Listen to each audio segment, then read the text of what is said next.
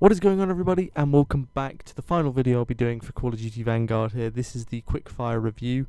What do I think of Call of Duty Vanguard? So I might as well talk about the campaign, the multiplayer, and the zombies. So the first bit, then we might as well get into the campaign. So the campaign, it's good, it's okay. I feel like when Sledgehammer said that there aren't very like in the last couple of years there hasn't been very memorable characters in Call of Duty. I feel like that was kind of an understatement incorrect from them, because they were aware that Modern Warfare only came out in 2019, and that has, like Captain Price, Gaz, other characters as well, like Ghost, and there was an appearance from Greeks as well.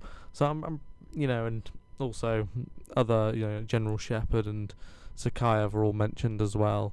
So yeah, not entirely sure what they were on about there, but what the characters, they're okay. They're somewhat interesting.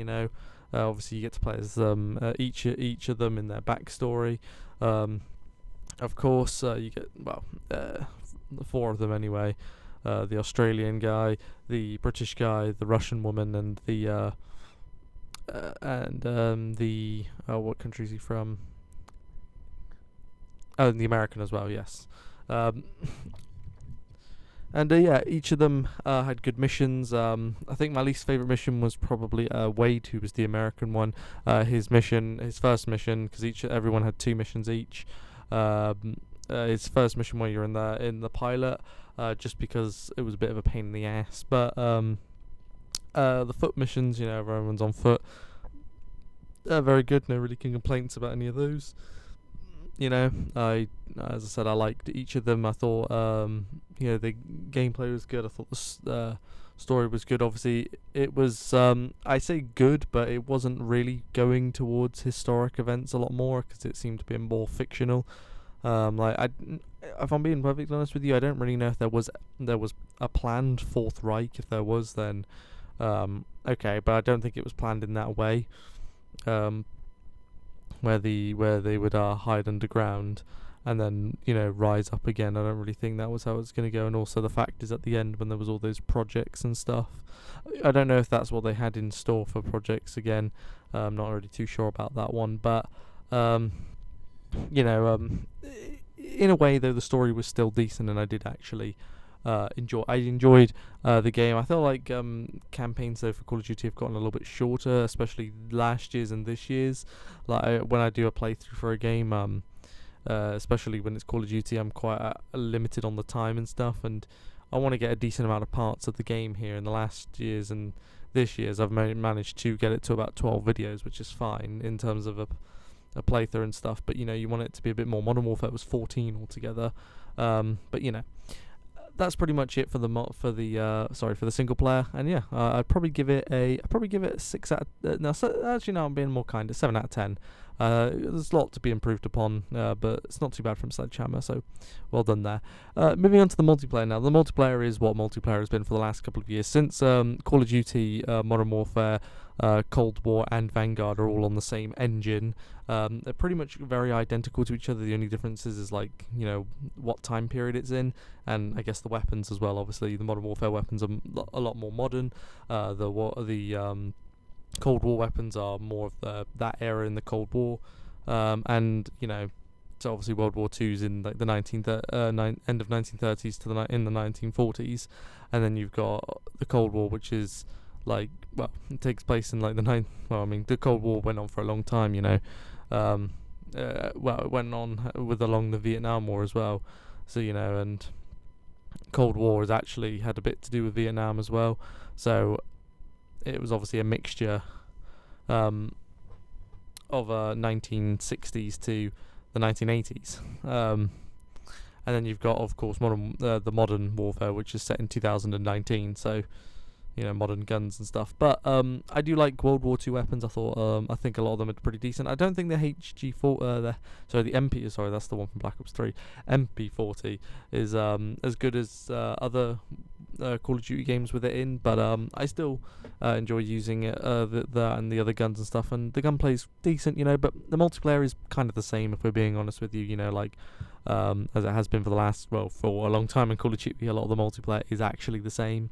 There isn't a whole lot of difference here.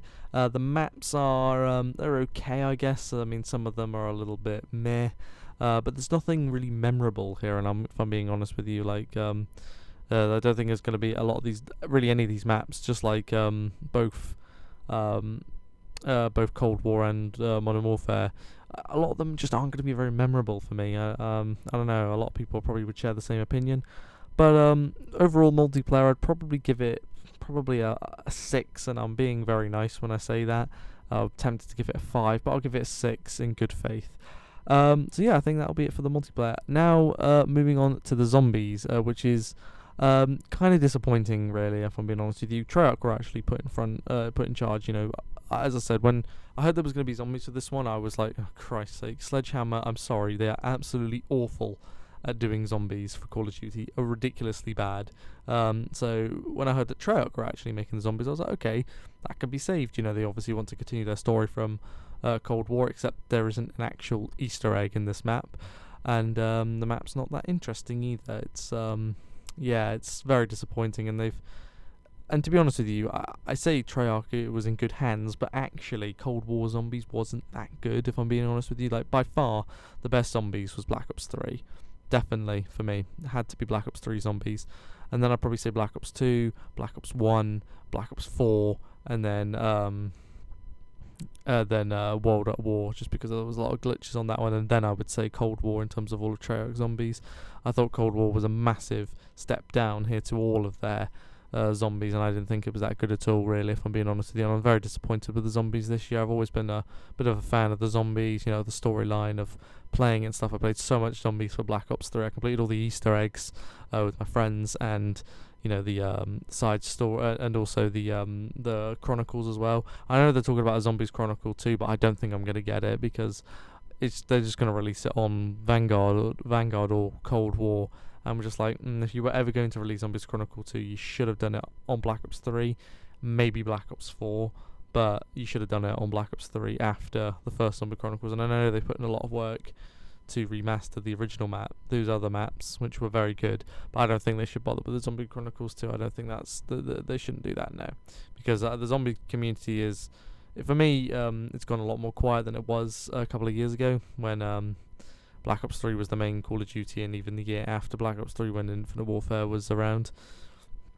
But yeah, I would say bit disappointed very disappointed in zombies, and I'm going to give it a 4 out of 10, really. But yeah, that is going to be my quick fire review of Call of Duty Vanguard. If you want to watch a full review, I recommend going and watch the Angry Joe show. It was a very good review on Vanguard. That was very good, so you definitely should go and watch theirs. And there are other reviews as well, so yeah, definitely go watch the other people's reviews. But yeah, this was my quick fire review on Call of Duty Vanguard.